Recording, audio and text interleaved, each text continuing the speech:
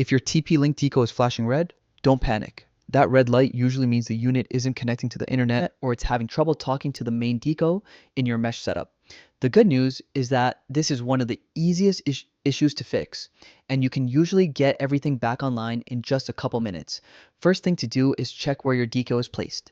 A red light often means the device is sitting too far away from the main unit or there's something blocking the signal, like thick walls, metal appliances, or interference from other electronics.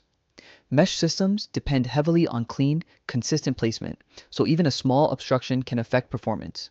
Try sliding the deco a little closer or moving it to a more open spot.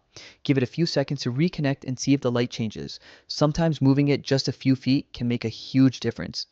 If adjusting the position doesn't help, try relocating the unit entirely.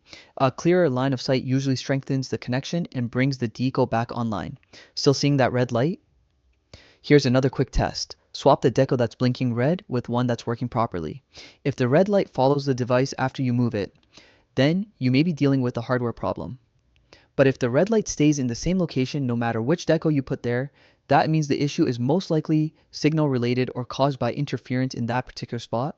And if none of these simple fixes solve it, go ahead and reach out to TP-Link support.